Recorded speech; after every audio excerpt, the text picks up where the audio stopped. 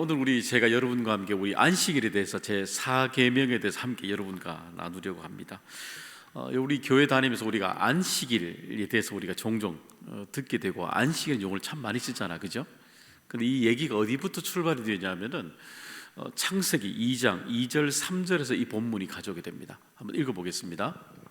하나님이 그가 하시던 일을 일곱째 날에 마치시니 그가 하시던 모든 일을 그치고 일곱째 날에 안식하시니라. 하나님이 그 일곱째 날을 복되게 하사 거룩하게 하셨으니 이는 하나님이 그 창조하시며 만드시던 모든 일을 마치시고 그날에 안식하셨음이니라. 그렇죠. 이 안식이란 뜻은 뭐냐면 쉬다라는 뜻입니다. 쉬다, 그치다라는 뜻입니다. 그러니까 하나님이 이 땅에 천지 만물을 6일 동안 창조하시고 7일 되는 날에 쉬셨다는 겁니다. 모든 걸 그치고 쉬셨다는 의미에서 안식이죠. 그 날을 우리가 안식일로 지키게 된 거죠. 그런데 이 말씀을 보게 되면 우리 출애굽기에 나와 있는 이 말씀을 같이 평행 구절을 봐야 되는 구절이 뭐냐면은 바로 신명기에 나오는 말씀, 출애굽기에 나오는 말씀과 동일하게 여기에서도 동일하게 안식일의 얘기가 나옵니다. 한번 읽어보겠습니다. 신명기 말씀이죠. 너는 기억하라. 내가 애굽 땅에서 종이 되었더니 내 하나님 여호와가 강한 손과 편팔로 거기서 너를 인도하여 내었나니 그러므로 내 하나님 여호와가 내게 명령하여 안식일을 지키라 하느니라. 그렇죠. 여기 여러분 보시면 15절 말씀 한번 볼까요? 출애굽기 여러분 읽었던 20장 8절의 말씀하고 뭐가 다른가요? 다른 게 있습니다. 20장 8절과 다른 신명기 5장 15절의 말씀이 무엇이 다르냐 하면은 앞에 보시면 기억하라, 이 말씀은 똑같아요. 뒷부분에 내가 애국 땅에서 종이 되었나니, 그죠? 보니까 너를 그곳에서 인도하여 내었나니 입니다. 그러니까 여기 보시면 출애굽 사건이 들어가 있다는 것을 우리가 알 수가 있습니다. 그러니까 여러분이 안식일 그러면요 이렇게 정의할 수가 있어요. 이렇게 정의되죠. 여러분 안식일 그러면 어떤 날이에요? 쉼이죠. 우리가 알고 있는 안식 그러면은 쉼, 그치는 것이 바로 안식일의 이야기가 되고, 또 하나 우리가 받들인 게 있어요. 그 안식일에는 뭐가 들었냐면 하나님의 출애굽 사건입니다. 애굽으로부터 건져내신 사건이 들어가 있는 것이 바로 뭐예요? 안식일이라는 겁니다. 다시 말하면 영적으로 보게 되면 우리를 죄에서 구원해 주신 이 구원의 사건이 일어난 것들, 그죠? 그 구원의 사건이 바로 우리로 하여금 속죄죠. 이 죄의 문제로부터 해결되는 쉼이 되는, 이 죄로부터 쉼이 이루어지는 구원의 사건이 일어난 것, 그게 바로 뭐예요? 안식일이 되는 겁니다. 종종 우리가 이런 안식일 얘기할 때 여러분 쉼만 얘기하는데 그게 아닙니다. 쉼뿐만 아니라 성경은 우리에게 가르쳐주고 이 안식일의 의미는 뭐냐면 출애굽이죠. 우리가 바로 죄 가운데서 예수 그리스도를 통해서 속죄함을 입은 자유하게 되는 날, 죄의 문제가 우리의 삶에 더 이상 간섭하지 않고 그치게 된 날, 그날이 바로 안식일이 된다는 것입니다. 여러분 이 안식일의 얘기들이 지금 예전부터 있었지만 논쟁이 여전히 되고 있죠. 요 밑에 내려가면 농협 위에 3층에 하나님의 교회가 있습니다. 보시게 되면 하나님의 교회 세계복음 선교협회라고 되어 있습니다. 간판이 이렇게 붙어 있죠. 우리 이웃 아닙니까? 이단이지만 이 안식일의 문제를 이곳에서 참 많이 얘기하고 있습니다.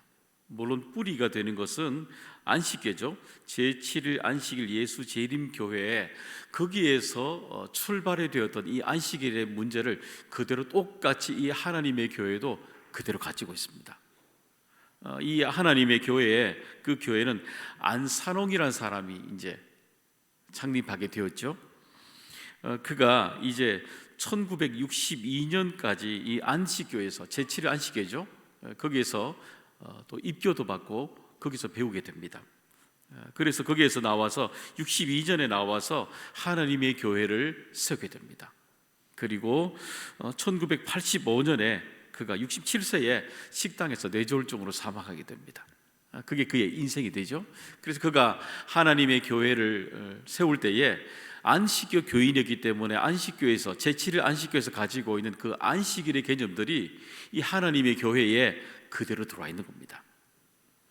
그리고 거기에 이제 이 안산홍이 죽고 난 뒤에 교주가 죽고 나니까 와해가 되잖아요. 이 와해가 될 것 같으니까 그때에 만든 교리가 뭐냐 하면은 맞아, 어머니 교리입니다. 제가 좀 뒤에 설명하겠지만 장길자십니다.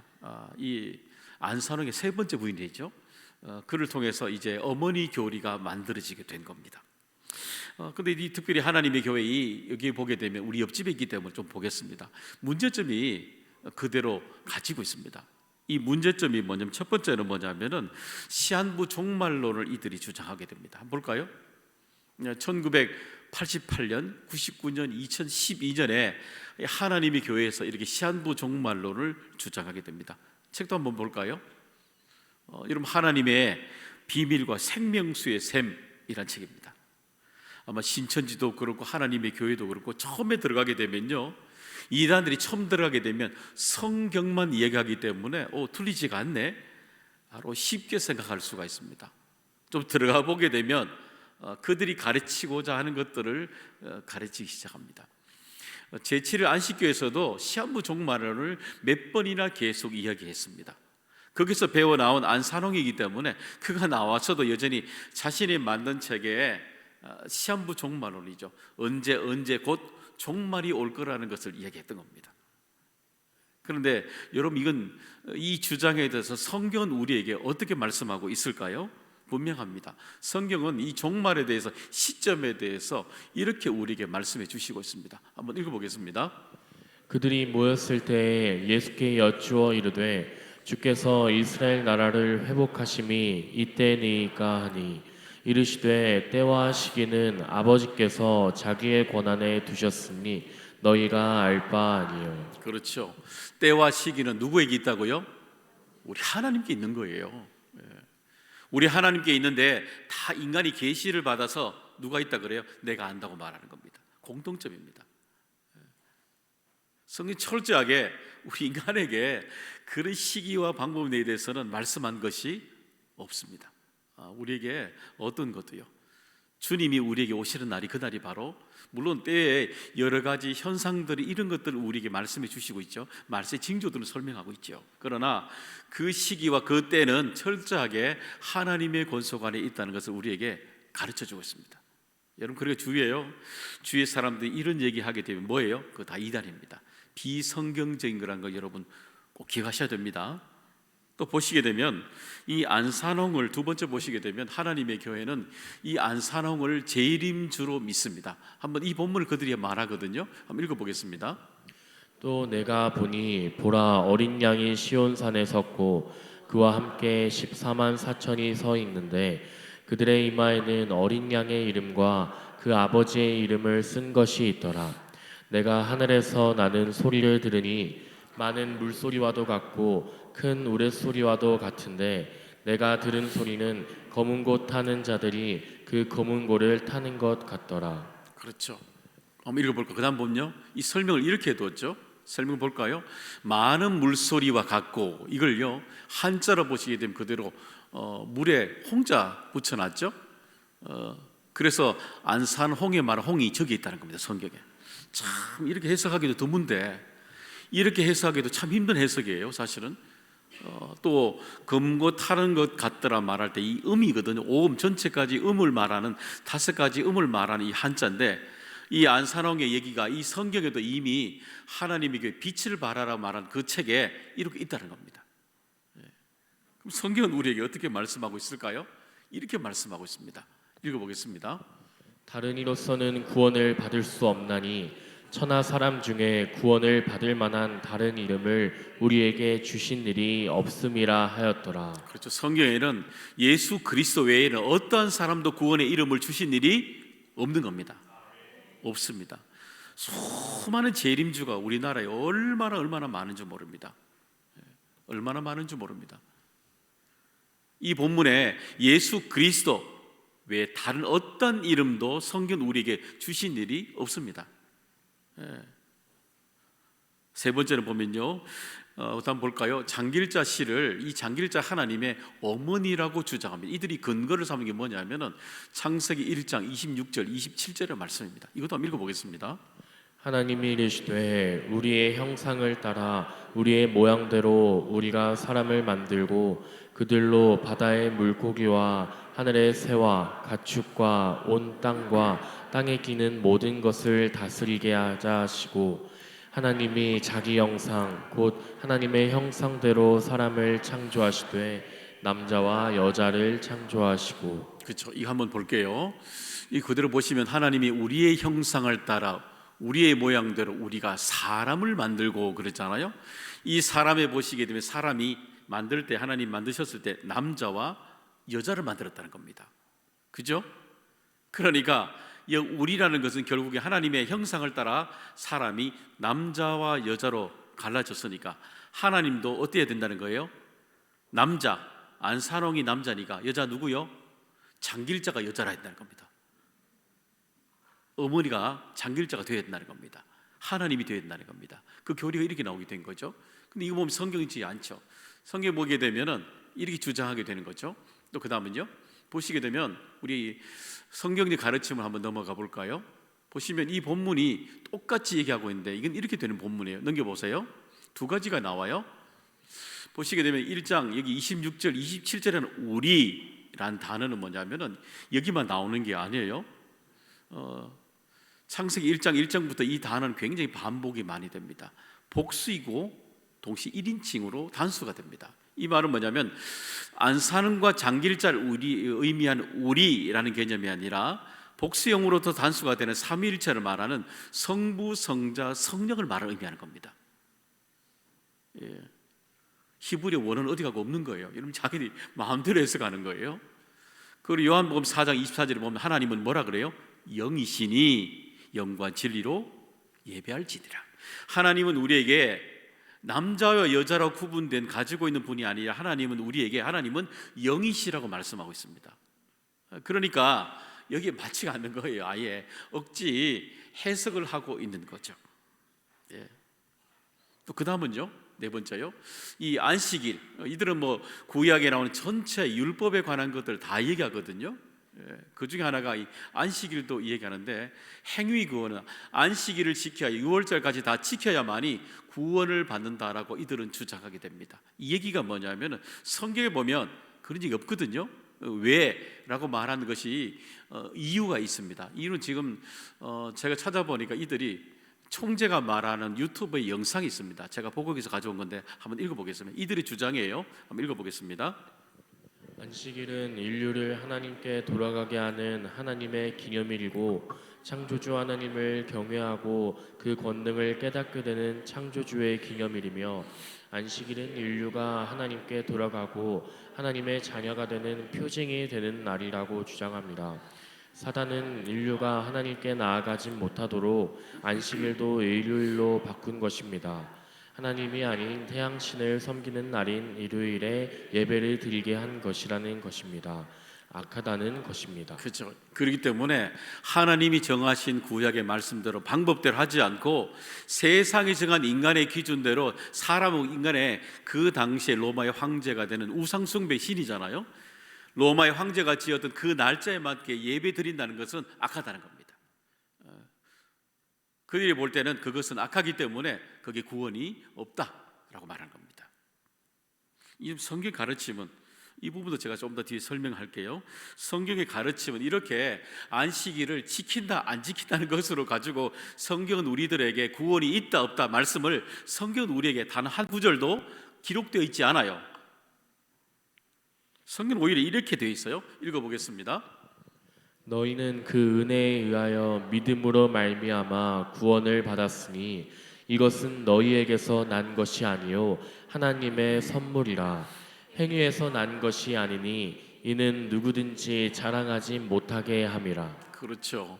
우리가 아무리 행위를 가지고 최고로 완벽하게 드릴 수가 있나요? 없어요. 여러분 그 레위기 1장 1절에 보면 하나님 앞에 흠 없는 것 숫것으로 번제를 드린다고 그럽니다. 여러분 이 땅에 사람이 흠이 없는 사람이 있을까요? 아무도 없습니다. 하나님 앞에 예배 자리 나올 때에 흠이 없는 곳으로 예배 드릴 수 있는 것 아무것도 없습니다. 우리 인간의 흠이 없는 것으로 우리 인간이 드릴 수가 없기 때문에 흠 없는 것으로 우리가 만들 수 있는, 우리가 드릴 수 있는 최선의 것으로 하나님이 받으시는 것뿐이지, 우리 인간이 늘 흠이 있는 인간으로 살아가는데 우리 온전한 예배가 되겠어요? 그 지킨다고 우리에게 구원이 임하는 것은 아니라는 겁니다. 그렇기 때문에 우리에게 구원은 행위를 구원을 통해서 임하는 것이 아니라 철저하게 예수 그리스도를 믿음을 통해서 우리에게 구원을 주시는 겁니다. 그래서 여러분 사도 바울이 있었던 그 서신에 반복되는 구절이 뭐냐 하면은 다른 복음을 주의하라는 겁니다. 얻어볼 때 복음 같잖아, 그죠? 근데 수많은 유사한 그 다른 복음으로 이야기하고 있는 복음들이 그 당시에도 수많은 곳에 이 복음의 이야기가 있었던 겁니다. 여러분 이 시대에 이 유사한 복음을 여러분 주의하시길 바랍니다. 그러면 이 안식일에 대해서 우리가 어떻게 성경적으로 우리가 바르게 여러분 해석을 해야 될까요? 제가 여러분과 한번 세 가지 나누려고 합니다. 첫 번째는 뭐냐 하면은 안식일은 바로 예수님이 바로 기준이 되어야 된다는 것입니다. 한번 읽어보겠습니다. 이 말씀 요한복음 5장 39절 말씀 읽어보겠습니다. 너희가 성경에서 영생을 얻는 줄 생각하고 성경을 연구하거니와 이 성경이 곧 내게 대하여 증언하는 것이니라. 그렇죠. 여러분 성경을 바라보는 기준 무엇을 통해서 보셔야 된다고요? 예수 그리스도를 통해서요. 내게 대하여 증언하는 것이니라. 그 내 누구냐면 예수 그리스도를 말합니다. 예수 그리스도를 통해서 보셔야 되는 겁니다. 그리스도의 중심으로 성경을 보셔야 되는 겁니다. 여러분 이단들의 특징이 뭐냐면 예수 그리스도의 중심으로 보는 것이 아니라 구약을 통해서 신약을 보는 겁니다. 그게 아니에요. 그럼 잘 보셔요. 구약을 통해서 신약을 바라보는 것이 아니라 엄밀하게 말하면 신약에 나와 있는 예수 그리스도를 통해서 구약을 보셔야 되는 거예요. 예수 그리스도 중심으로 성경을 보셔야 되는 거예요. 왜냐하면 이 성경은 예수 그리스도에 대해서 말씀해 주신 것이라고 분명히 말씀해 주고 있는 겁니다. 또 본문 나오죠? 어디 나와요?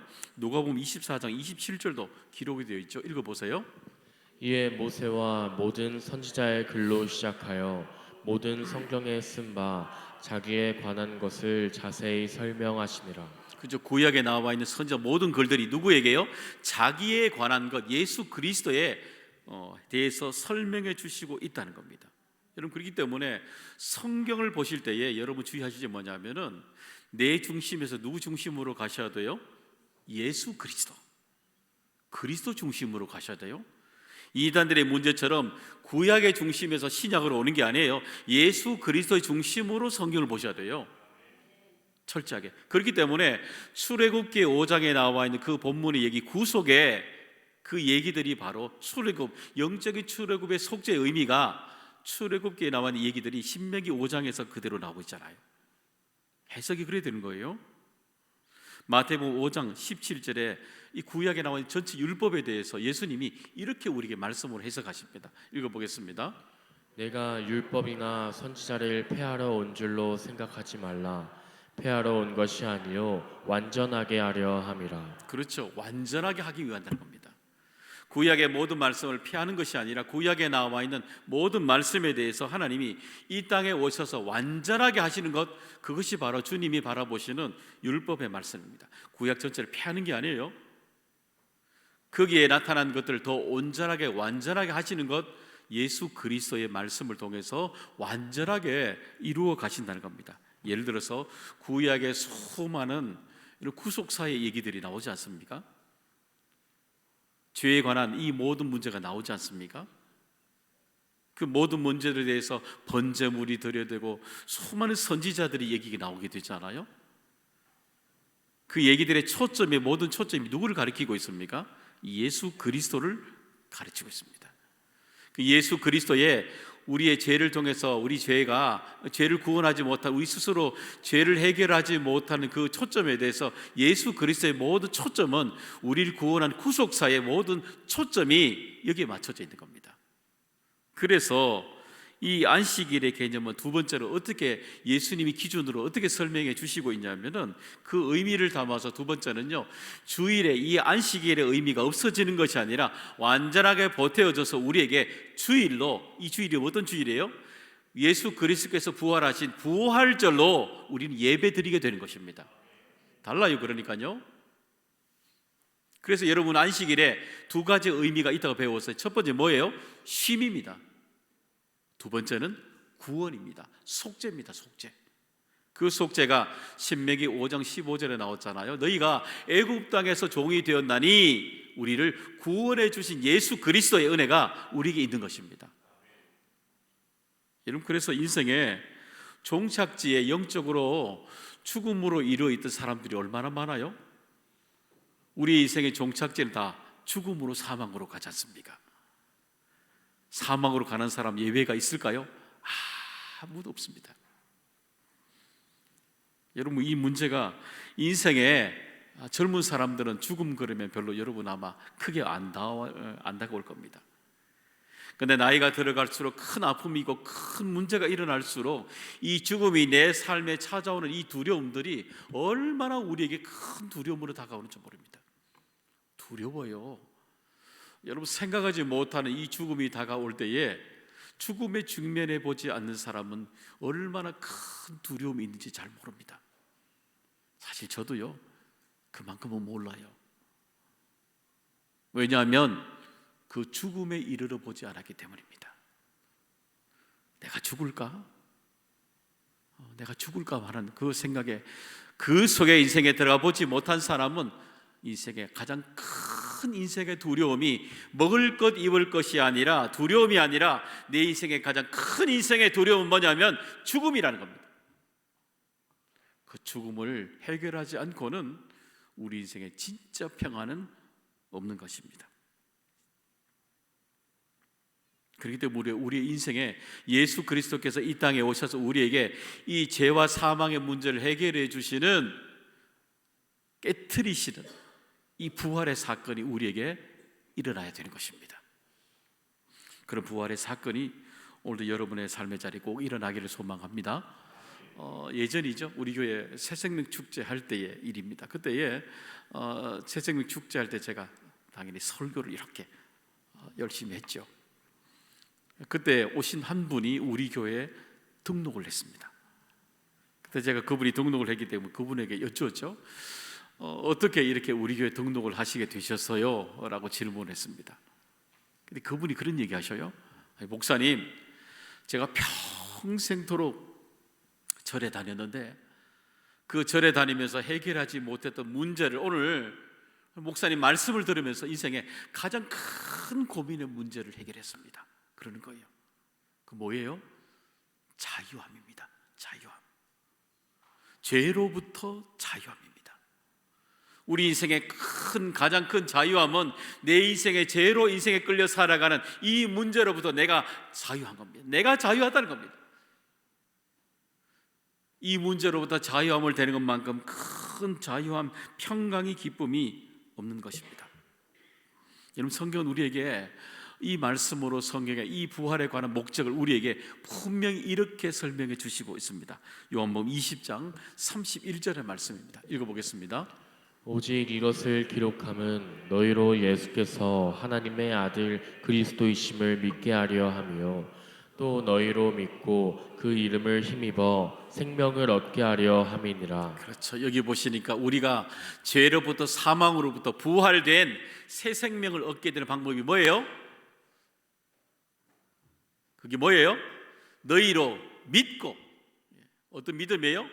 예수 그리스도께서 하나님의 아들 되심을 믿고 또요, 그 이름을 힘입을 때에 생명을 얻게 되는 겁니다. 그냥 되지 않아요. 그 이름을 힘입고 그 이름으로 내가 믿고 할 때에 내가 죄와 사망의 죄로부터 해방되었다는 것, 부활된다는 것을 우리에게 말씀해 주시는 그 사실이 믿겨질 때에 나는 자유한 겁니다. 나는 자유한 겁니다. 내 인생에 붙들고 있는 이 죽음으로부터 자유함을 누린 인생, 정말 살아가는 겁니다. 부활의 영광으로 살아가게 되는 것입니다. 그래서 예수 그리스도 죽음에서 부활한 날, 안식 후 첫날입니다. 부활의 날입니다. 7일이 아니라 8째 날입니다. 새로운 날입니다. 새 생명의 날입니다. 8째 날입니다. 창조의 날입니다. 부활의 날입니다. 그 날로 우리는 이 부활절을 초대교인으로부터 교회는 주일로 부활절로 드리게 되는 것입니다. 안식일에 그치게 되는 속죄 의미가 온전하게 담겨져 있는 부활절로 드리게 된 겁니다. 그런 은혜가 여러분 우리에게 풍성하게 일어나기를 소망합니다. 세 번째는 뭐냐면 이 안식일은 이 주일은 바로 종말론의 의미를 가지고 있다는 겁니다. 이 말씀도 읽어보겠습니다. 주의 날에 내가 성령에 감동되어 내 뒤에서 나는 나팔 소리 같은 큰 음성을 들으니. 그렇죠. 여기 주의 날에 요한계시록 종말 말세에 관한 특히 복음이잖아요. 이 주의 날에라는 표현이 어디 나오냐면은 마가복음 16장 2절에도 나옵니다. 읽어보겠습니다. 안식 후 첫날 매우 일찍이 해 돋을 때에 그 무덤으로 가며. 그렇죠. 안식 후 첫날, 이 날이 뭐냐면은 주님의 날입니다. 로드데이입니다. 로드데이입니다. 주님의 날, 첫날 똑같은 단어입니다. 그러니까 바로 안식 후 첫날, 부활절 주일, 이 날은 바로 주님의 날이란 겁니다. 이 날은 바로 종말에 우리가 바라보아야 될 종말을 주님의 날, 부활의 절이라고 소개하고 있는 겁니다. 2004년 8월 23일자 신문이죠. 경향신문에 이런 기사가 하나 있었습니다. 우리나라의 말에 내일이 없다라는 기사입니다. 여러분, 우리 내일이란 단어는 우리나라의 이 글자를 보게 되면은 한자라 그러네요. 여러분 맞습니까? 한자라 그럽니다. 내일이 없다라는 거래요. 여러분 요즘에 우리 젊은이들에게는 내일이란 단어가 참 어려운 것 같아요. 그래서 우리 때는요 다 저축 통장, 주택 복권 뭐 다 이런 게 많았거든요. 저축이라는 단어가 일반적이었잖아요. 근데 요즘 젊은 세대들에게는 이 저축이라는 단어가 내일을 가리키는 준비의 단어가 익숙지가 않습니다. 아마 삶의 자리가 정말 어렵기 때문에 그렇지 않겠어요? 여러분 이 시대에 교회가 내일이란 단어도 자꾸 없어져 갑니다. 주님의 날에 라고 말하는 종말을 가리키는 주님의 날에, 그 날에 교회가 이 날을 요즘에 많이 쓰지 않습니다. 주님의 날은 어떤 날이에요? 종말인 주의 날입니다. 요한계시록에 나오는 요한의 이 말세 때에 주님의 날에 종말이다 그 말 쓰지 않고 왜 이런 말을 썼을까요? 주님의 날, 부활의 날에 이런 말 하잖아요. 여러분 교회 안에 요즘에 이 내일이라는 단어가 자꾸 없어져 가고 있습니다. 코로나를 지나가면서 교회 안에 내일을 의미하는, 소망을 의미하는 부흥이라는 단어가 사용하지 않습니다. 믿음 있는 사람들도 부흥이 될까요? 부흥이 정말 될까요? 정말 부흥 될 것 같습니까? 다시 묻습니다. 여러분 부흥 희망하십니까? 부흥 희망하세요? 안 합니다. 정직하게 얘기하세요. 부흥 희망 안 합니다. 생각보다 관심 없습니다. 부흥 있는 사람, 섬기는 사람 가만히 있지 않습니다. 여러분 내일 있는 사람, 포기하지 않는 사람 오늘 게을리 살아갈까요? 절대 게을리 살아가지 않습니다. 부흥 있는 사람, 내일이 더 믿는 사람들 교회에 가만히 있지 않습니다. 정말 간절함으로 뜨겁게 사모합니다. 제가 이번에 키리스탄 갔을 때에 이런 일이 있었어요. 내적 치유 강의하는데 24시간 차를 타고 오신 분이 있었습니다. 뭐 하루는 보통이고요. 6시간 멀리 있는 분들이 차를 타고 옵니다. 그분이 24시간 동안 차를 타고 오면서 그 내적 치유 강의에 오신 이유가 뭐겠어요? 그분이 강의하면서요 자기 안에 아픔, 상처들을 기꺼이 많은 사람들 앞에서 개방하기 시작합니다. 정직하게 막 쏟아냅니다. 다 오픈해요. 놀랄 정도로 자기 얘기를 다 끄집어냅니다. 왜 그렇게 했어요? 그분은 그럼 남 눈치 안 보겠어요? 남 눈치 보는 것보다도 그분에게 더 급한 게 있는 거예요. 그 뭔지 아십니까? 간절함이에요. 간절함. 하나님의 은혜가 아니고는 내가 살아갈 수 없다는 간절함이 있는 거예요. 간절함이 있으니까 거리가 문제가 되지 않아요. 환경 문제가 되지 않아요. 기꺼이 하루에 긴 거리를 차 타고 기꺼이 그곳에 오는 겁니다. 그 간절함이 눈에 보이는 어려움을 넘어가는 거예요. 여러분, 들에 가면 우리가 잡초가 많이 있잖아요. 잡초가 막 이렇게 뽀뽀되잖아요. 그렇죠? 여러분 알고 계셔요? 잡초가 어떤 역할을 하냐면은 잡초가 그 뿌리가 밑에 있는 영양소를 꼭 붙들고 있어요. 영양소들을. 그래서 그 영양소를 잡초가 붙들고 있기 때문에 그 영양소가 정말 작물을 거기 옆에 심었을 때에 그 작물이 호흡할 수 있는, 가져갈 수 있는 영양소를 잡초가 머물고 있다가 그 영양소를 그에게 주는 거예요. 사랑 여러분, 우리가 그래요. 우리 종말도 그래요. 어려움이 있지요. 우리에게 잡초처럼 눈에 보이는, 우리에게 눈에 띄지 않는 어려움이 많이 있지요. 두려움도, 실패도, 좌절도, 내면의 수많은 상처도 우리에게 있지요. 그러나 그 머금고 있는 그것 때문에 오늘도 우리의 신앙이 자라나게 되는 것입니다.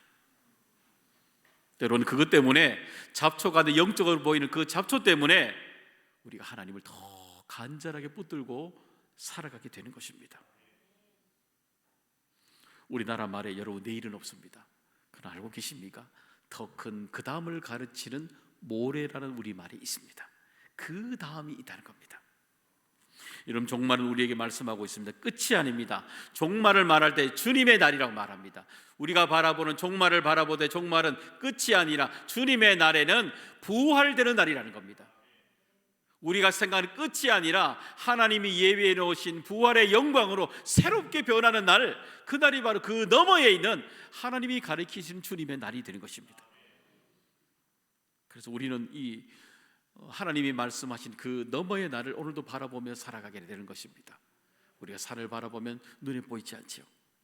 그래, 그 너머를 이미 우리는 보이지 않지만 그 너머의 너머를 바라보고 있듯이 오늘도 우리는 그 너머의 인생의 끝자락에 종말을 성령이 오늘도 우리에게 바라보게 하시는 것입니다. 성령을 통해서 우린 그 멀리 있는 성령을 통해서 음성을 듣고 주의 날을 바라보는 하나님의 사람으로 살아가게 되는 것입니다. 그 종말은 우리에게 끝이 아니라 부활의 날입니다. 하나님이 예비해 놓으신 그 다음을 예비하시는, 하나님이 예비하는 그 다음 날을 바라보면서 오늘도 우리는 이 안식일날 주님의 날에 부활의 영광을 바라보며 이 하루를 살아가게 되는 것입니다.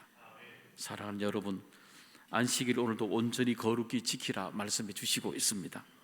오늘도 우리의 신앙이 내 중심에서 주님 중심으로, 그리스도의 중심으로 바라봐야 되는 것입니다. 그리고 오늘도 우리에게 이 안식일은 바로 주님의 날, 부활의 날입니다. 오늘도 이 예배 성전에 여러분 올라오신 분들 다시 부활의 영광을 주시기를 소망합니다. 여러분 안에 있는 수많은 문제가 새롭게 창조가 되는 은혜를 주시기를 소망합니다. 그리고 주님의 날입니다. 종말을 바라보는 끝으로 가는 날은 우리에게 종말의 끝이 아니라 하나님이 예배해 놓으신 새롭게 부활의 날이라는 것, 다시 한 번 더 우리 믿음을 가져오는 우리 모두 되기를 주님의 이름으로 축복합니다. 하나님 아버지, 오늘도 주님의 날을, 안식일 거룩히 지키는 저희들의 마음에 은혜를 주셔서 하나님의 영광을 바라보는 우리 모두가 되게 하여 주옵소서. 예수님의 이름으로 기도드리옵나이다.